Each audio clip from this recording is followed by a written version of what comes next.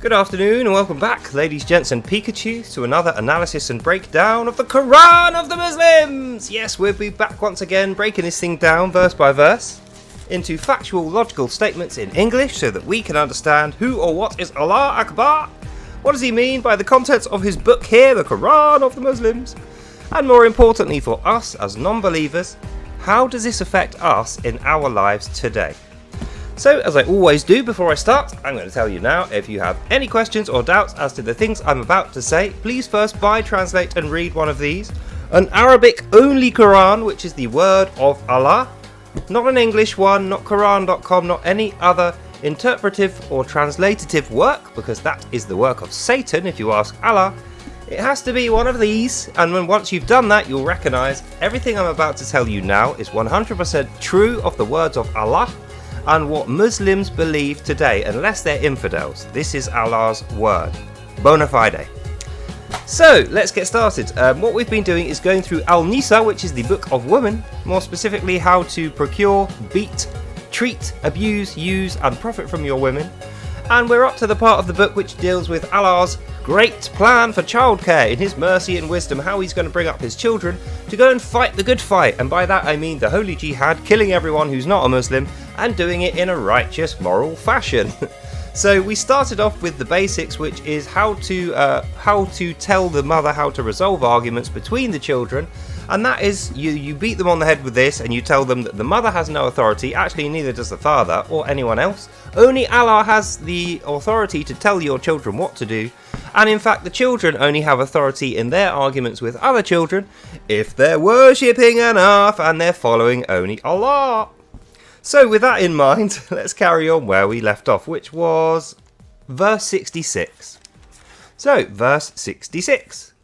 Alas, had they been so commanded, kill yourselves in the proper and reasonable way, and they would refuse. Though it would be better for them if they had just done it, and they would have showed strength and obedience to Allah. End of verse.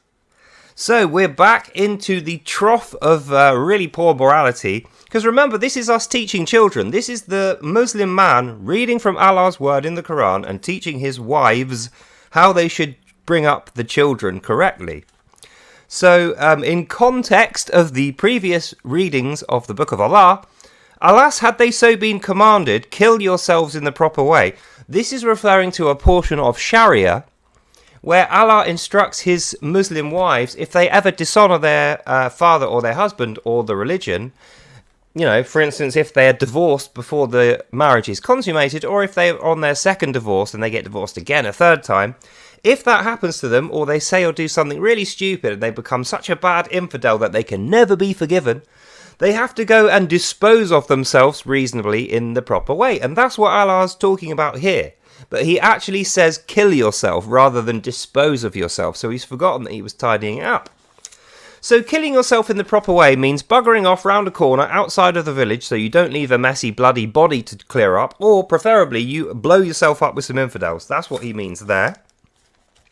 And the reason he's saying this, he's saying if you don't follow Allah, it's actually better for you to go and blow yourself up and kill some infidels, or just get lost and drown outside of the city limits, so that you're not leaving a mess for other Muslims.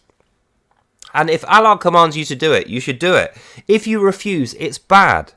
So we're teaching the children here, if Allah commands you to do anything, even if it's completely ridiculous, even if it's kill yourself, it would be better for you if you did it and didn't argue, O Muslim child, says the mother to her children.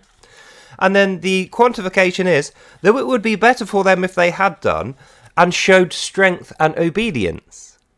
So the reason why we're getting told this, remember we're teaching children.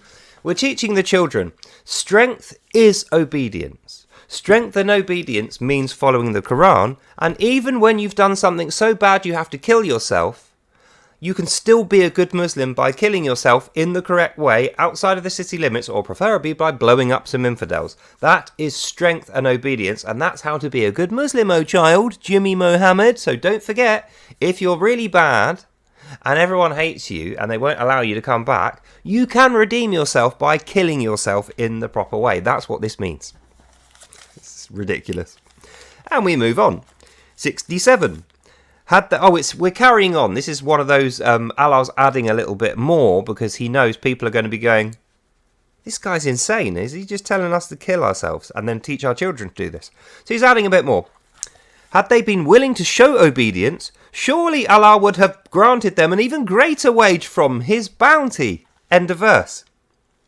So if we break this down, he's saying, even though it sounds ridiculous, if you're willing to show obedience and kill yourself when you're asked to, or do anything else you're asked to, even if you die, surely Allah would grant you an even greater wage from his bounty. And as we know, the bounty of Allah is what you get after you die in the afterlife. So he's making sure you know, even though it won't profit you in your life, because you'll be dead, you'll get rewarded in the afterlife. You won't get burnt forever in hell. You won't get grave tortured. You won't have anything horrible happen to you past the point where you've died.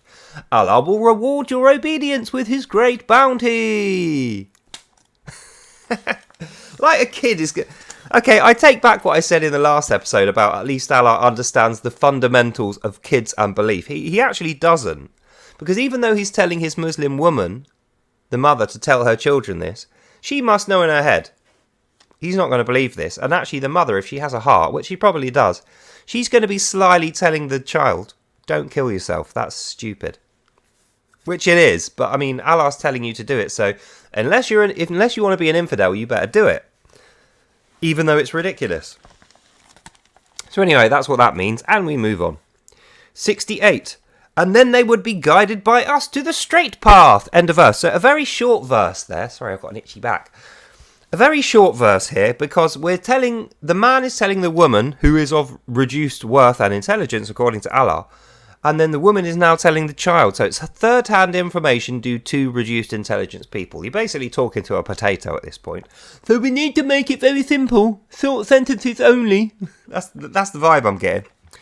And then if they were obedient and showed strength and obedience, even if it means killing yourself, only then would you be guided by us, Allah and the angels, to the straight path. Anything else is wrong. Not the straight path, is the bent path, which means you're an infidel. So only by doing this can you be on the straight path, and if you don't kill yourself when you're asked to, you're an infidel and you will be grave tortured, burnt forever, and everyone will hate you and they will slag you off past your death, and you won't get Allah's bounty. You definitely won't be getting any virgins, O sons and daughters. That's what this means. 69. Whoever obeys Allah and his Prophet, so they will be with those Allah has given grace among the prophets and also the martyrs and his faithful Muslims. They are in good company. End of verse. This is repairing the damage that just got done. This is another example of Allah issuing a kind of quick fix, a correction, if you like, to the previous verses. Because 66 through 68 is all about kill yourself if Allah tells you to, and don't think for yourself, blindly obey, otherwise you're an infidel. Even if you're a child, especially if you're a child. And the reason he wants this obedience is because he's going to send these Muslims to their death later on in the Holy Jihad, and he doesn't want them to get scared and run away. He doesn't want them to see that they're in a hopeless battle where they're massively outmatched and outnumbered, and then decide they're not even going to bother doing it. They have to go and fight the jihad, even if they're going to die, and that's why he's saying this. So then he issues the correction, or the addition of saying, whoever does this, whoever faces certain death or suicide and obeys Allah and his Prophet, the Prophet's important here as well, the messenger, Muhammad. If you obey Muhammad and Allah, you will be in Allah's good graces. He will love you. And you'll be amongst the other prophets and also the martyrs. All the other guys that killed themselves or got killed through obeying Allah and his faithful Muslims who are still alive. Then you'll be in good company. I.e., all the guys that do that, they're the good guys. Everyone else is the bad guys, the evil infidels who you want to kill. They're the ones, these evil Jews and Christians. They're the evil ones. They're the ones causing all the problems in the world. Definitely not you with your ridiculous ideas of suicide being strength and following Allah blindly being courage. So anyway, if you do that, you're in good company. If you don't, you're not worshipping enough and you're in very bad company and you will be an infidel, which means off with your head, grave torture, burning in hell forever. Remember this, son, Jimmy Mohammed. Otherwise, you know what you get. That's what this means. And we move on to 70. Such is the wondrous bounty of Allah, and he is the most knowing and all-seeing. End of verse. Still short sentences, so we're still recovering from this whole... Because Allah knows his children, who he's trying to teach here, they're still thinking about 68, and it's like, You really telling us we should kill ourselves if we're disobedient? So now they're going to think about that while they're trying to learn, and it's going to distract them, which is in Allah's interest, because they're not going to be paying attention and spotting the many mistakes and lies he's going to tell them. And also, at the end of the day, they'll be thinking, this isn't worth dying over, we better just be obedient. So he's enslaving the minds of his child Muslims, indoctrinating them, if you will. That's why he says that. So if we break it down, such is the wondrous bounty of Allah, which obviously you get after you die, this wondrous bounty in the virgins. And he is the most knowing and seeing. So it's like, I'm watching you, children. Don't try and get away with this. If I send you to your death, you go to your death. If I tell you to kill yourself properly in the reasonable way and not make a mess, you kill yourself in the proper reasonable way and don't make a mess. If I tell you to do something and you don't do it, you're bad and evil and you will die anyway. So it's in your interest, and that is the summary so far of these verses. Even if you think you're going to die, if you don't do it, you'll die more. That's what Allah's saying here. And he's most knowing and seeing. He sees and knows all things. He wrote your path. He's very clever and you're very stupid. So just do it, okay? Don't think. Don't blink. Just do. That's the message of Allah to his mother and children. And we move on. 71.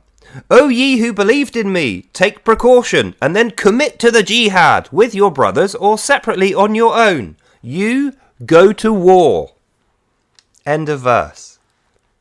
So, we reach the most important teachings in the child development plan of merciful and holy Allah, the wondrous divine creator of the universe, the most amazing, great and powerful being on earth, is saying to you, he's actually saying to you to tell the mother to tell the children, if you believe in me and the Quran of the Muslims, if you're worshipping enough, and you don't want to be in bad company, you want to be in good company, you want to be obedient and strong and good, and you don't want to be an infidel, you want to be a holy Muslim, then what you have to do is take precaution first. So think about it. Think, this is going to be tough. I might get killed. I'll probably get killed, but I'm ready for it.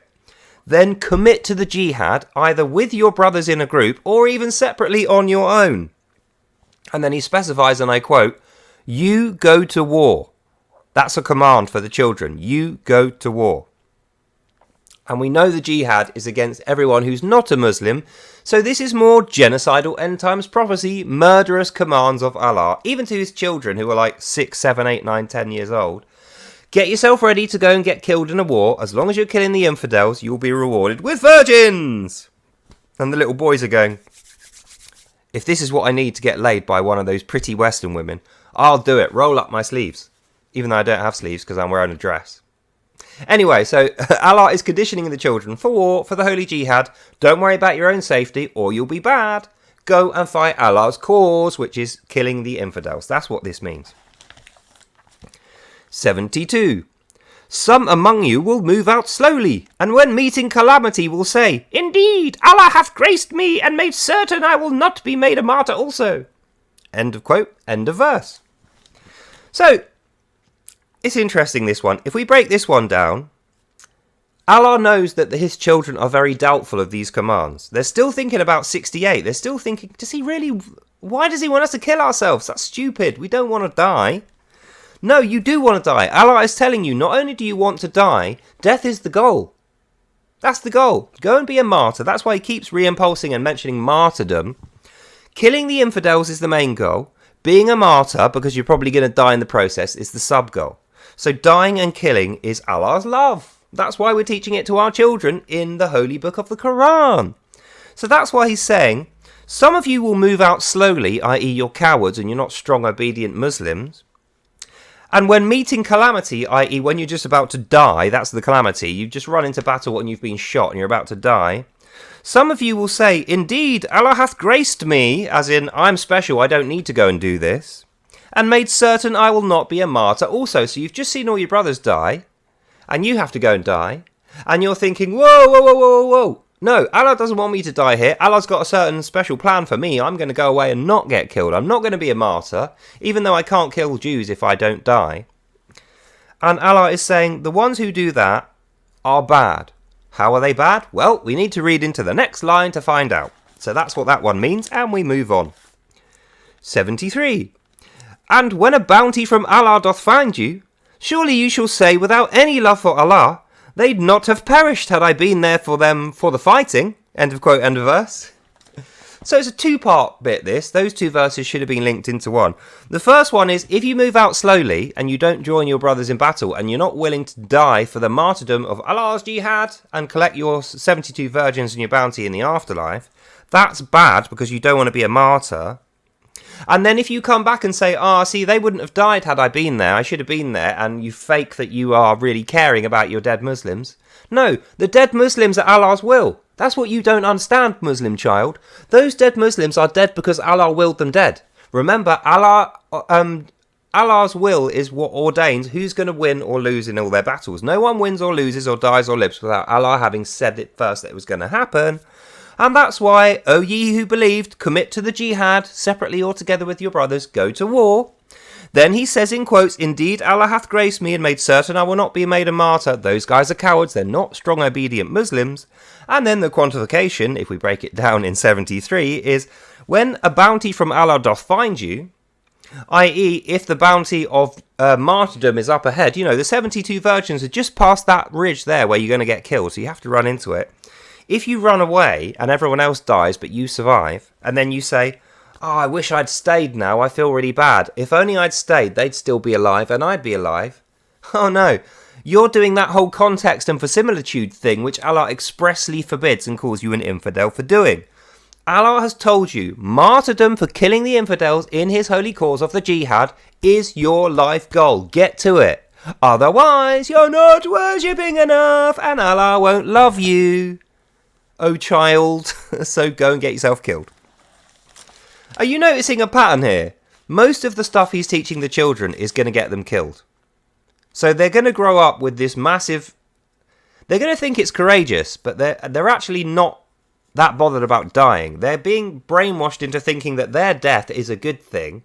As long as they manage to kill some infidels on the way out, it's fine, because they're going to get all these virgins, and Allah's going to love them. And if they don't do it, they're cowardly, they're disobedient, they're infidels, and he's going to kill them anyway, and burn them and torture them beforehand. So Allah, through his Quran of the Muslims child development plan, is brainwashing his Muslim children into being zombified, militarized psychotics who are running towards death willingly, throwing themselves at bullets, bombs and swords in order that they can kill infidels and then die so that they can get their virgins. You know, the pretty foreign women, the sex slaves he's going to create for them in his paradise garden in the deep cavern below the ground. That's what this means. Even though it's insane, that is exactly what it means. And there's none of this context nonsense. This is all of the time, forever, everywhere. So it's not in context. The context is in your life, everywhere, all of the time, as we know. If you don't believe me, read it, translate it, and buy it yourself. This is what Allah hath said. And then we move on to the last verse, 74. Let those who yearn for Allah's paradise see it, and go to war and engage the infidels in Allah's cause of the Holy Jihad. Whether he is slain or victorious should never burden you. Allah will reward you with a tremendous wage. End of verse. So he makes absolutely sure that what I just said is actually the right context and the truth in the words of Allah. Let's break it down. Let those who yearn for Allah's paradise then see it. So Allah's paradise is what you get after you die and become a martyr through killing infidels in the jihad. So when you're yearning for your 72 virgins and your wondrous bounty in the afterlife, the hereafter, let them see it. That's his express command. That's his exact words. When these children are running at the infidels and getting killed and they're thinking, yeah, I'm nearly there now, I can nearly have my virgins after I die, let them die. And go to war and engage the infidels in Allah's cause of his holy jihad. So he's specifically saying, this is not just a random death. This is not you getting run over by mistake. This is you running into a battle which you are hopelessly outmatched within and probably shouldn't be doing because it's immoral. Killing infidels which you've never met and have no problem with, who have never done anything wrong to you, because it's Allah's cause of the holy jihad. Off you go, children, to your deaths and dooms so you can have your virgins. And the last thing he says is, whether you are slain or victorious, or whether your brothers are slain or victorious, it should never burden you. So he's saying, don't worry about the death of your brothers or yourself, just burden yourself with killing infidels and being a martyr, and Allah will reward you a tremendous wage in the afterlife. Even though you're already getting his bounty and your 72 virgins, he's going to give you extra money in the afterlife because you did that. This is one of the most insane things I've ever seen in my life. But I'm not surprised that it's found within the Quran of the Muslims, the Arabic word of Allah, divinely inspired and perfectly preserved by Muhammad. The Quran, not the English translation, not the Quran.com romanticised, prettied up Western version for infidel reading only. We're talking about the actual words of Allah himself, dictated by Muhammad, not changed by any hands of men, according to Allah and Muhammad. So, in summary of this ridiculous, not good plan for child development, we learn that Allah wants complete blind obedience and subservience, which he's going to get through brainwashing and indoctrinating his children through the mother and father. He's not going to be doing his dirty work himself. Once again, he's putting the onus on his Muslims to do it and brainwash the children. And how he's going to brainwash the children is by telling them, though you're going to be living in poverty, though you're going to be living in sin, though you're going to be having a miserable life, once you die, that's when the good bit occurs. You get your 72 virgins, you get your wondrous bounty, you'll be regarded as a great Muslim, the prophets of Muhammad will be there, they'll love you, paradise will get created if you kill all the Jews, and you'll get an extra wage for doing it. You'll get like overtime pay for it. That's what he's saying. And that is the end of this episode and the end of this reading. So I hope you enjoyed that and you now have some kind of concept of Allah's child development madness and why it should be completely stricken from this country and banned, because it is just mental and evil and immoral, and it hurts children and kills children. But anyway, that's all for now, so I hope you learnt something and you enjoyed that. God bless you all, and I'll see you in the next one. Bye now. So that's all for today, kiddies. Home time now. Off you go to play football and play games and listen to music. Unless you're a Muslim, and then all those things are haram and you cannot do them. So anyway, that's all for now. God bless, have a good evening, and I'll see you in the next one. Bye now. Bye, bye, bye, bye, bye.